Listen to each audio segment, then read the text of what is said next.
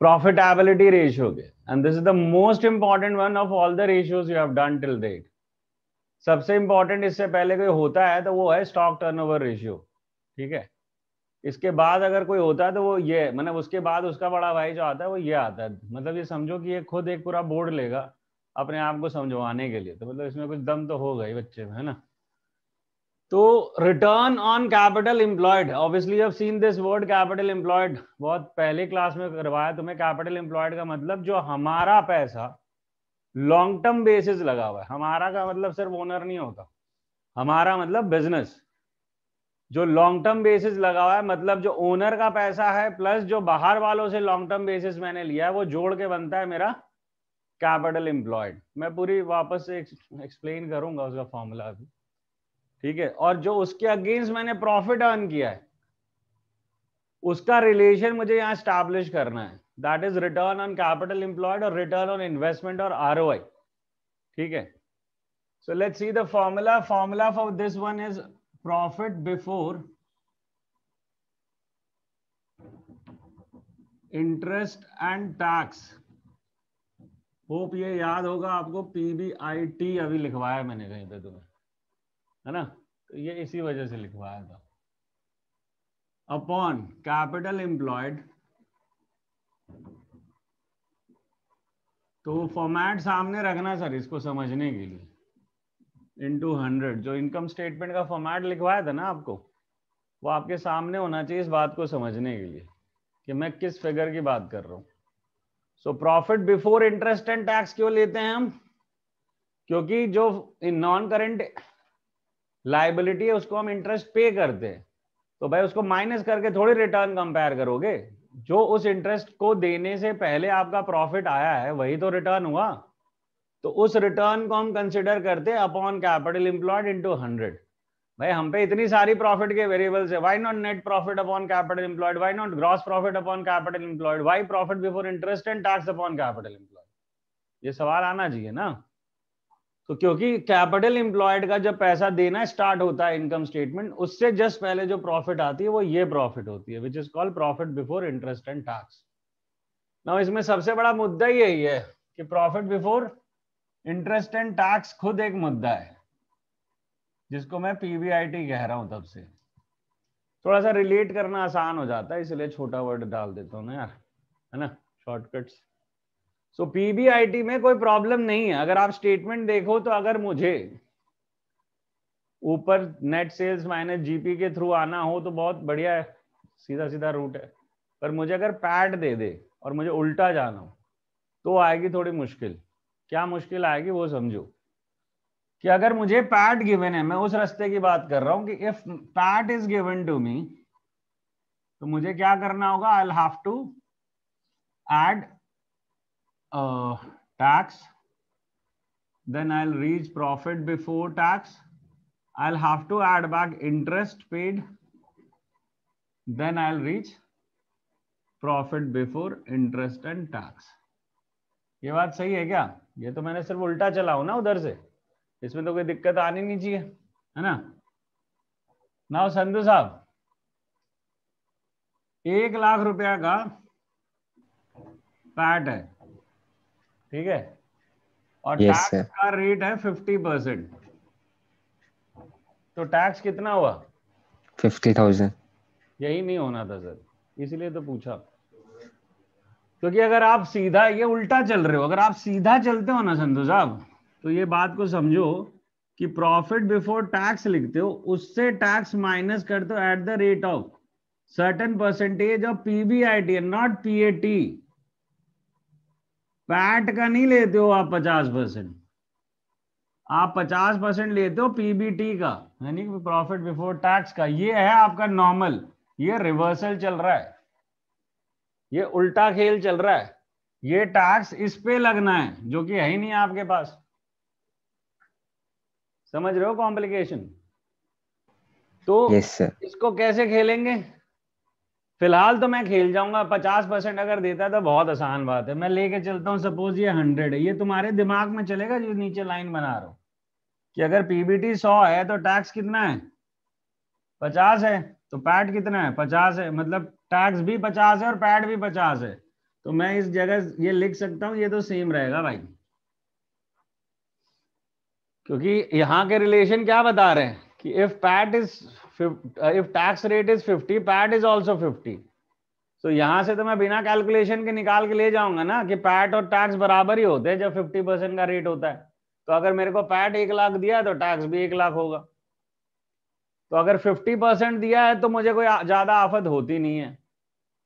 ठीक है, अभी मैं जाऊंगा आगे दूसरे रेट पे, पहले थोड़ी कहानी आगे और थोड़ी समझें कि अब नॉर्मली 50% ये निकाल लिया 1 लाख, इसके बाद तुम्हारा ये 2 लाख आ गया, इसके बाद तुम यहां से इंटरेस्ट माइनस करते हो। इसके बारे में भी एक बात याद रखना इंटरेस्ट के बारे में, कि इंटरेस्ट का रिलेशन जो पुराना हमने पढ़ा था उसे छोड़ना नहीं। क्या relation? That is percentage attach to debentures और लोन्स, उसके थ्रू इंप्लाइड निकालना पड़ सकता है आपको।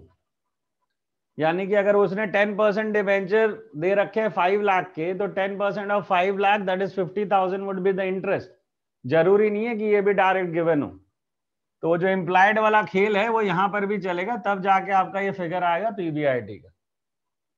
ठीक है, तो ये तो कॉन्सेप्ट हो गया हाउ टू, ये जो रिवर्स आ रहे हैं उसको हैंडल करना। Now let's change the rate, इसको करते हैं एट द रेट ऑफ 40%। अब एट द रेट ऑफ अगर 40% है तो फिर से मुझे खेलना पड़ेगा ये कि 100 है अगर, तो 40 का टैक्स होगा, अगर टैक्स रेट 40 है तो 60 का पैट होगा, है ना। अब लगेगी यूनिटरी कि अगर पैट 1,60,000 है तो 40 कितना होगा। ये चलता है दिमाग में, जब रेट होता है तो मैं पहले सीधी तरीके से सोचता हूं। तो अब मैं क्या कह रहा हूं, कैसे निकालना है टैक्स, तुम्हें मैं सिर्फ टैक्स निकाल के दिखा रहा हूं यहां पे कि your PAT that is 1 lakh upon PAT percentage कितना है, that is 60 into tax percentage कितना है, दैट इज 40, वो निकाल रहे हो आप। यानी कि 1 लाख अपॉन 60 इंटू 40, इसको यूनिटरी कहते हैं। ठीक है सर। वैसे अगर सपोज ये 30% हो जाता तो मैं यहां करता 100, 30 और 70, तो क्या बदलता, 1 लाख डिवाइडेड बाय 70 इंटू 30 मेरा टैक्स निकलता। थोड़ा ये मैथमेटिकल एक्सप्रेशन समझना, यहां धोखा नहीं खाना होता हमें।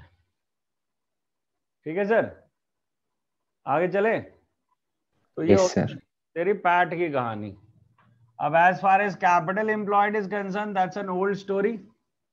बस ये हम थोड़ा ध्यान रख रखते हैं कि there are 2 approaches to it, उसको थोड़ा क्लियरली समझ लें कि as far as the word capital employed is concern we already know it, और हमने ऑलमोस्ट डिटेल में ही लिखा था वहां पे that capital employed is equal to shareholders fund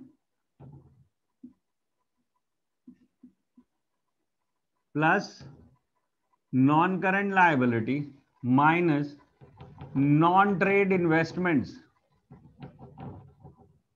ये तो स्टैटिक है, ठीक है, मतलब इतना तो लेके चलो कि ये चलेगा। एंड माइनस अनअमोर्टाइज्ड मैं वापस लिख रहा हूं, और ये वापस बताते हुए लिख रहा हूं कि इसकी कोई जरूरत नहीं है, पर मजबूर हूं क्योंकि बुक में है अभी तक ये वर्ड, बट इसका रेलेवेंस कोई नहीं है आज की डेट में। तो ये हो गया मेरा एक तरीका जिसे मैं लाइबिलिटी साइड अप्रोच कहूंगा। ठीक है सर। दूसरा फॉर्मूला दूसरी तरफ से बन सकता है ना, जो बचे हुए आइटम है हमारे बैलेंस शीट के, उससे हम बना सकते हैं ना इसका दूसरा फॉर्मूला कि भाई टोटल एसेट्स में अगर हम तरफ जाएं तो बेसिकली टोटल एसेट्स में हम नॉन करंट एसेट्स और बेसिकली फिक्स्ड एसेट्स को हम लेते हैं पहले, not non current asset, fixed assets plus trade investment. क्या ले रहे हैं हम सिर्फ ट्रेड इन्वेस्टमेंट। ठीक है, सो fixed assets plus trade investments, क्योंकि नॉन ट्रेड इग्नोर करनी है हमें, प्लस वर्किंग कैपिटल, थोड़ा ये स्मार्ट प्ले किया है यहाँ मैंने, that is current asset minus current liability, सीधा ले लिया क्योंकि दोनों को ही लेना था मुझे बचे हुए आइटम्स। मतलब बैलेंस शीट में इनको छोड़ के जो आइटम बच गए हैं वो लिए हैं यहाँ पे, कि इसे हम कहेंगे एसेट साइड अप्रोच, कि अगर एसेट साइड के आइटम हेविली गिवन है और ये गिवन नहीं है तो मुझे इस तरीके इन फॉर्मूलों से निकालना पड़ेगा कि भाई बचा हमारा एसेट साइड में क्या, अगर इन दोनों को छोड़ दें, that is share holder fund and non current liability, fixed asset, investment में से हमें सिर्फ ट्रेड इन्वेस्टमेंट लेनी है, नॉन ट्रेड तो हटानी है, plus current asset minus current liability, liability side पे। तो बैलेंस शीट का खेल है, बैलेंस शीट पे ध्यान तो समझ आ जाएगा। तो ये है फॉर्मूला हमारा कैपिटल एम्प्लॉयड का। So we are done with both the variables, right. ठीक है, अब मैं एक आखिरी काम करने वाला हूं, वो देख लो। ये आखिरी काम है तुम्हारा, जो सेकंड पॉइंट था तुम्हारा सॉल्वेंसी रेशियो, तो उसके अंदर है इंटरेस्ट कवरेज रेशियो, जो फोर्थ रेशियो है वहां पे, that is interest coverage ratio, ये फोर्थ पॉइंट है वहां पे, that is simply PBIT upon interest paid.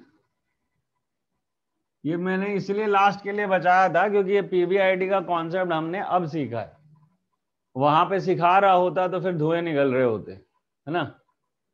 तो as we know now how to get the PBIT in case PAT is given, normal वाला तो हमें आता ही है, so we can find it. And ये ऑब्वियसली जो इंटरेस्ट कवरेज रेशियो है ये टाइम्स में आएगा, ठीक है, ये थोड़ा यूनिक है और ये टाइम्स में आ रहा होगा कि बेसिकली जो इंटरेस्ट है कितना कवर कर रहा है मेरा प्रॉफिट, कितनी टाइम्स कवर कर रहा है। So we are done with all the formulas.